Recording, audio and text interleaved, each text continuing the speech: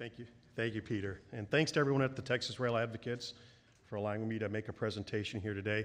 I learned so much during the presentations, but what I find really valuable at these conferences is the networking, seeing old friends. You know, this is really a small industry, the transit industry, and I always learn about the latest and greatest in Texas, which is good.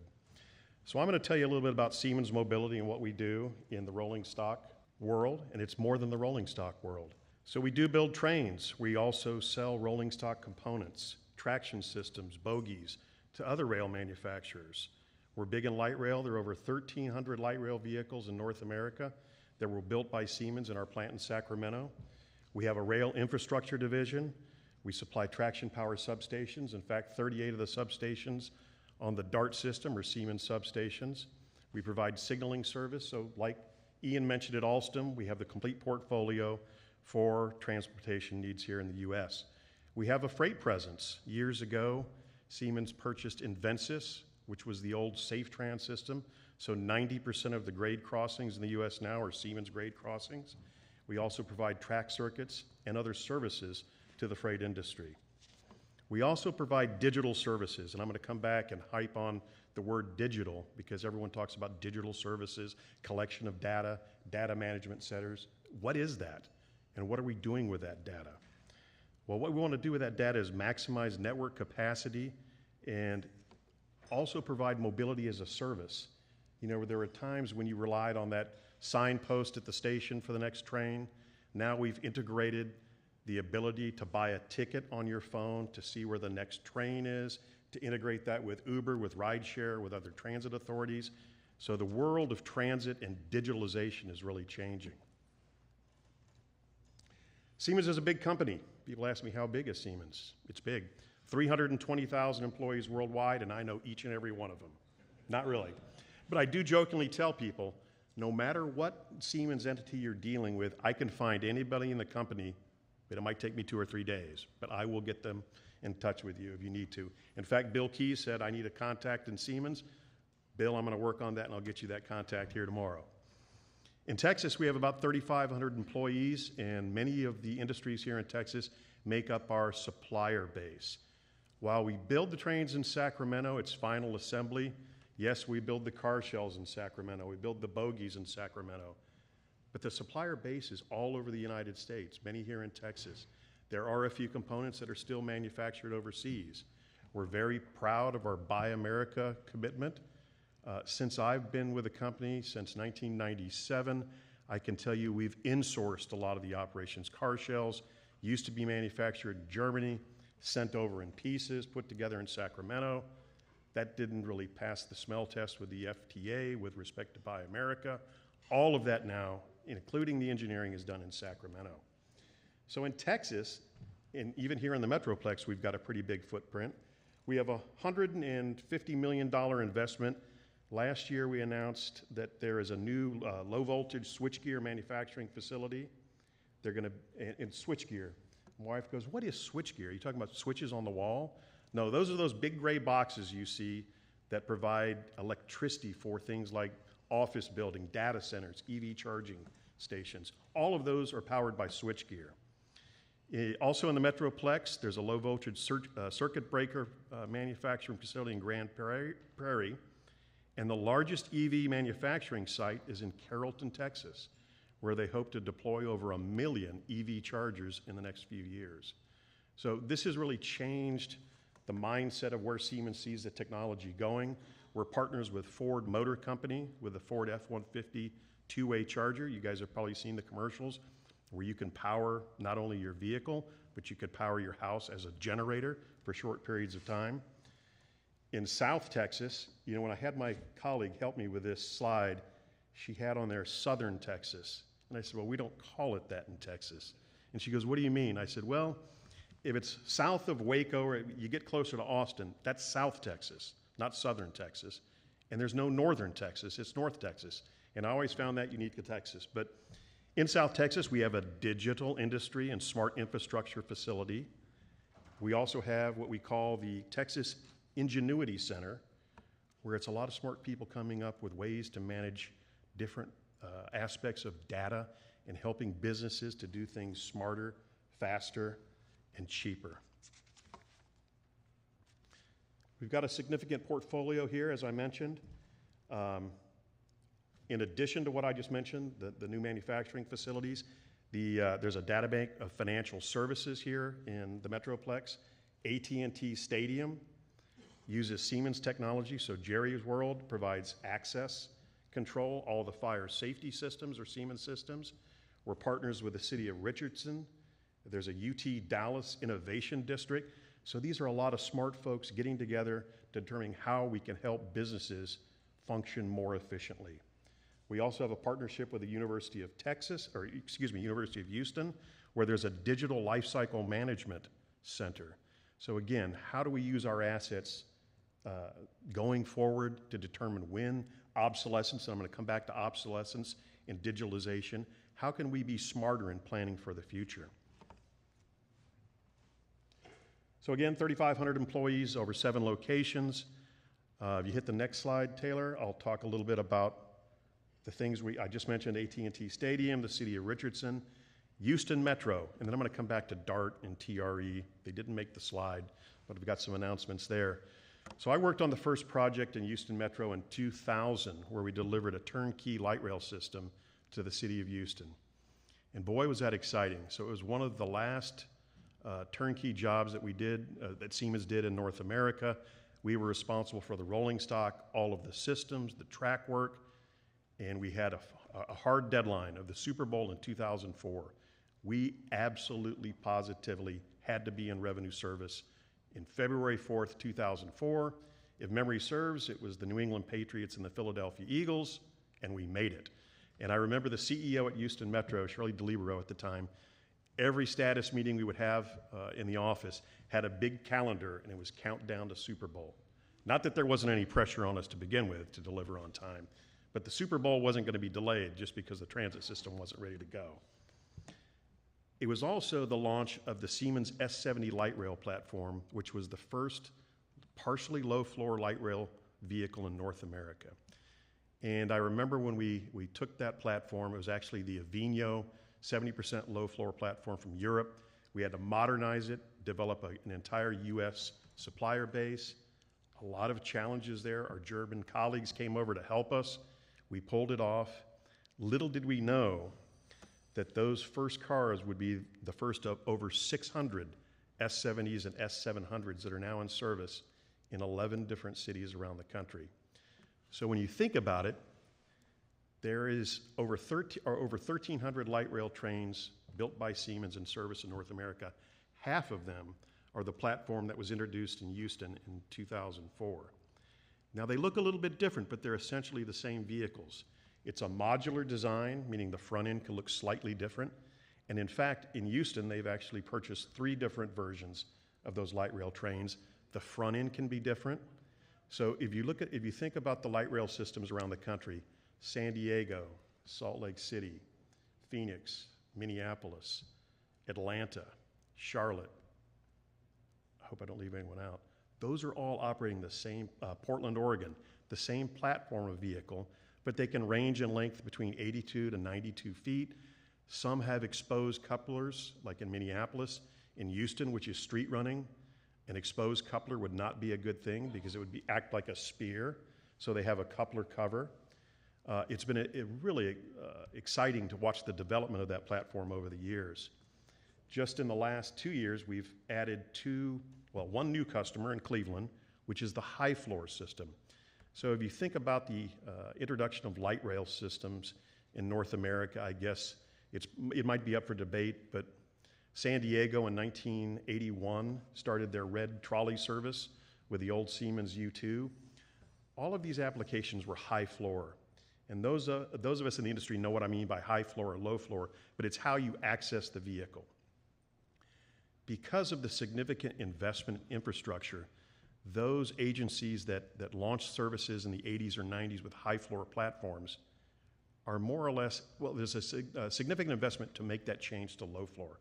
I'll give you an example. Where I live now in Denver, it's the high floor SD160. They would love to convert to a low floor light rail vehicle, and plans are in the work to do that. But think about it.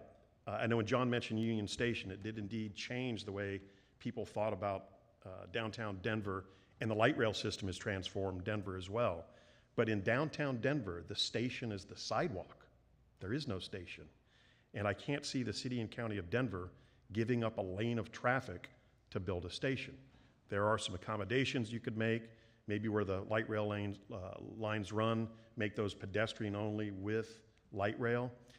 But the transformation from high floor to low floor has been done in a number of cities, San Diego, Salt Lake City. Almost exclusively now you'll see low floor light rail applications. However, St. Louis just bought 55 S200s, which is the latest generation of high floor trains. So you'll see the S200 in Calgary, Alberta, soon to be in Cleveland, Ohio, and the new generation of trains in St. Louis. So I've talked about digital and obsolescence. Last week I was in San Antonio with some high school friends, and they know I work for Siemens, and I, quote, sell trains. And they said, well, you don't sell that many trains. And I said, well, there aren't that many opportunities. I chuckle when I get those emails in my inbox. Steve, we can help you generate new leads. You will bring in new customers. No. In my industry, we know what the sales cycle are like. There are finite opportunities. I can't go out and generate a light rail project. So when I'm not chasing procurement or developing relationships with customers, I'm meeting with our existing customers to help them deal with obsolescence. It's the bad word in the light rail business right now. Most of these agencies started in the 80s or 90s, completely different type of light rail vehicle. They were essentially mechanical trains. So when I was with my buddies last week, we were recounting the many hours and the many quarters that we put in the arcade there at Windsor Park Mall in San Antonio over the years. And I see a number of baby boomers here. You know, we didn't have video games back then. The video game was in the arcade. So remember, you'd have your $5 or $10, you'd get your bunch of quarters, and we played such magnificent games as Pong, Asteroids. So before I went to San Antonio, I was looking at my hand computer, which most of you guys have, and I learned that Atari has released a retro game package that you can play now. So I had it sent to my friend's house in San Antonio. We got the box open. We were able to play Pong, Asteroids, and I thought back to myself, in 1979 and 1980, this was space-age stuff, and we played for hours. The graphics were terrible. They were two colors, black and white, right? The next generation of Atari games, for those of you that played arcade games, they were in color, so it was Space Invaders. Well, this was a lot like what was happening on trains. Back in the 80s and 90s, trains, again, mechanical, the HVAC system, air conditioner, was on with 3 speeds. Now we have the ability to program the climate control system in trains that can be based on GPS condition, time of day, the operator control the climate in the cab, maximizing comfort for him and for the patrons. Trains have changed. So one of the challenges we see with obsolescence is moving our customer base to this mindset of obsolescence management. So we face it here. I spent a few weeks ago time at DART to help them with substation obsolescence. Circuit boards just aren't made anymore, right? If you think back to your phone, software updates, whether it's a Samsung or an Apple, every couple of weeks or months, you get that little red notification, software update required. And my wife says, do I have to do it? Well, there's a security fix. You probably want to do it. It might help your phone run better, faster, keep the battery lasting longer. This is the same with our trains. When I go and look at the commissioning teams that are working, putting trains in service in Phoenix, I'm still amazed now that the software on the train controls everything on that train. It controls the door system, HVAC system, the safety system. We've come a long way. So I drew that analogy between the video games and trains, and it's so true. We are light years ahead now, and one of the things that we have to do is manage these expectations, because customers now will say, I want all the data you can pull. Give me everything. What are you going to do with it? So at Siemens, our customer service center has developed a digitalization team that can work with our partner Ytronics to help customers manage the data that they have. And essentially, it's to improve lifecycle costs and assist in predictive and preventive maintenance. So that was my digital spiel. A lot going on. I know all of the agencies are facing these issues and how to best manage what we have with data now. Now I do want to talk a little bit about our relationship with Amtrak. I think most of the speakers here have talked about the bipartisan infrastructure law, $1.2 trillion investment for highways, highway safety, hazardous material safety, and transit. Of this, $66 billion went to the largest single investment in passenger rail service since Amtrak was created over 50 years ago. So the relationship with Amtrak began in 2010. And we now have 347 locomotives and 722 coaches in service. I remember that factory in Sacramento was a light rail, and I don't want to say boutique because we always had a fair amount of business, but that's all that was done there. Light rail vehicles and streetcars. And there are peaks and valleys through the 80s and 90s, and there was nothing to fill that in. So when the relationship with Amtrak started, it really changed the way that things were done in Sacramento. There are a few here in the office I know that have been to our facility. It has changed. We bought up all the adjacent land. We now manufacture light rail vehicles. All of the bogies for light rail and Amtrak are manufactured in Sacramento. We essentially mirrored our facility in Graz, Austria, brought a team over and said, recreate the manufacturing facility you have in Austria right here. All of the engineering is done in Sacramento. We learned early on, I was a project manager on a couple of projects, managing projects from across the pond, while it can be done, it's not ideal. You're dealing with just the time zone difference, and from Sacramento to Germany is sometimes 12 hours, right, depending on whether it's daylight savings time. And I've managed a few projects where most of the engineering resources were in Germany. Any kind of question would take 2 or 3 days to answer. And say this for the Europeans, they believe in their vacations, and if they're on vacation, they're not looking at their phone and they're not getting back to you. Out of office means out of office, and I think there's something to be said for that. But we do everything in Sacramento now. The relationship with Amtrak has been great. In 2010, the first order was for 70 ACS City locomotives. So this is the Amtrak City Sprinter. These are electric locomotives for the Northeast Corridor. And those of you that used to live in the Northeast Corridor, I did. When I lived in the Boston area, I would take that train down to DC all the time. I drove once. Why would anyone want to do that? When you can get on a train, I drive down to Providence Union Station, get off at Union Station in DC. Fantastic service. So really an evolution of a relationship with Amtrak. In 2014, the SC44 locomotives as a family of diesel electric dual mode locomotives were ordered. These are passenger locomotives. There are actually 5 different variants of the Charger locomotive. You have the Amtrak long distance locomotive, the ALC42E, which is the dual mode Amtrak Intercity in the Northeast Corridor. You've got the SC44 Amtrak state supported intercity or commuter rail. Those of you in the industry, which is most all of us, know that there are Amtrak directly operated service, and then there's state operated service in conjunction with Amtrak. Also, 2 other types of service, the SB40 locomotive, which operates in Orlando down to West Palm Beach. Those are Siemens ventured train sets on the Brightline system. If you haven't had the opportunity to go ride that system, it is fantastic.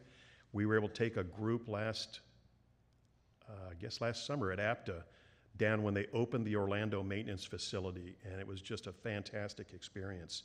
We also provide locomotives for the Via Rail intercity service in Canada. So when I talk about locomotives and I talk about train sets, it's just jargon. If you have a Siemens Charger locomotive paired with Siemens coaches, that's called a venture train set. And for the most part, those are permanently coupled. Things changed in 2015 or 2014 with the multi-state procurement. So the DOTs in the states of Illinois, Michigan, Missouri, and Washington got together for a joint procurement. As an old procurement guy in San Antonio, my experience, unless you're buying the exact same thing, those never seem to work. So when I worked at VIA, we'd pick up the phone, hey, we're going to be buying 40-foot RTS transit buses. And I'd call Houston Metro, I'd call DART, I'd call Corpus Christi. Hey, do you guys think you would want to buy some of these? Put me down for 10. The great thing about a joint procurement with options, there was no obligation on the other transit authorities to actually execute those options.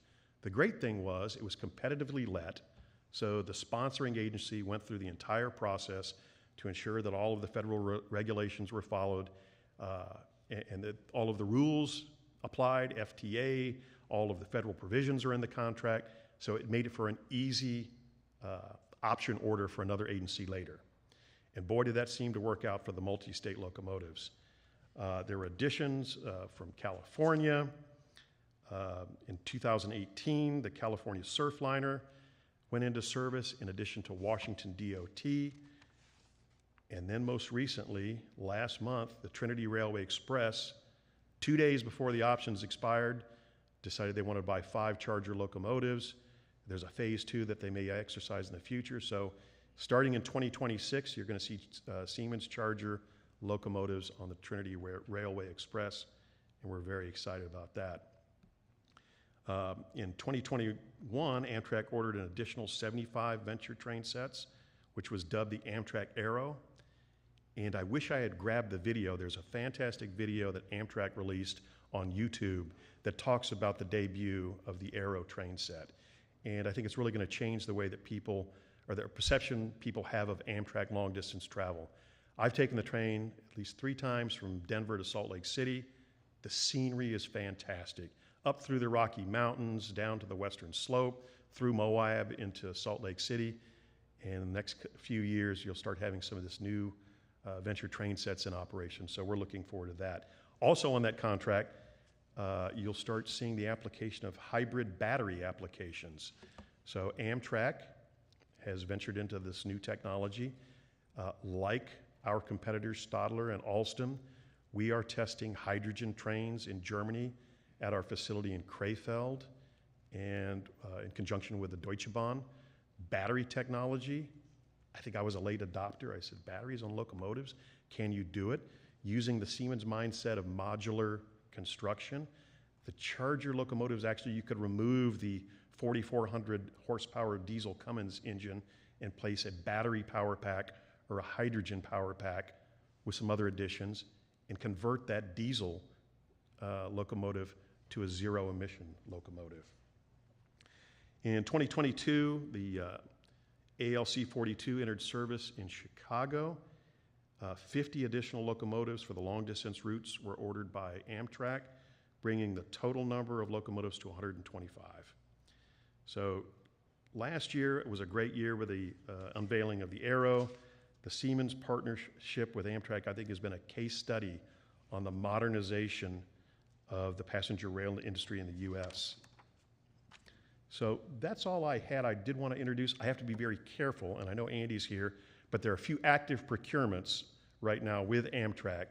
So I'm not going to say anything about that. They said, Steve, do your presentation. If they have any questions, you can send them to me and I'll get an answer to you. But it's an exciting time to be in the U.S. transit industry. It's an exciting time for Texas. I was involved early on with the old Texas High-Speed Rail and Transportation Corporation. In fact, I saw Commissioner Fickus here yesterday. I didn't get a chance to say hi, but we took that delegation to Germany back in 2007. While the technology for Texas Central, or whatever the follow-on agency becomes, is probably going to be the Japanese technology, we root for projects to be successful. The Dallas to Houston high-speed rail makes sense. I go back even a number of years and I see Curtis. Curtis went on that trip back in 2007. And before Texas Central, do you remember the old Texas Triangle? And I guess that was back in early 2000s. Texas is made for high-speed rail, relatively flat, direct routes. I think if we can get that off the ground, people will see this beats the heck out of traveling on I-45. I was saddened years ago when they had the Texas Trans Corridor project. Of all the things that Governor Perry did, I said, that one makes sense. From Laredo to Dallas, build a huge mega structure, get that 18-wheel traffic off I-35, and put rail down the middle. I used to enjoy driving from San Antonio to Dallas back in the 70s. It's horrible now. I think if Texans had the opportunity to take a high-speed train, they'd jump at it. I also saw Ross Malloy here yesterday, followed the Lone Star Rail opportunity back, I guess starting 15 years ago, that Austin to San Antonio corridor. And I was talking to James yesterday. You used to leave San Antonio, there'd be a gap to New Braunfels, another gap to San Marcos. It's all built up. The growth is incredible. And those freight trains going through San Marcos and New Braunfels at 10 miles an hour with the gates down are no fun at all. So I think there's a lot of great opportunity here in Texas. Siemens looks to be part of it. I love coming back to Texas. In fact, I get my mail in Colorado, but I spend most of my time here in Texas lately. Looking forward to the project in Austin. Been following that for years. Project Connect. DART is going to have a modernization program where they're going to replace 95 of their oldest Kinky-Shario trains, modernize their signaling system. So a lot of exciting times here in Dallas, a lot of opportunity throughout the state, and I look forward to it. Thank you.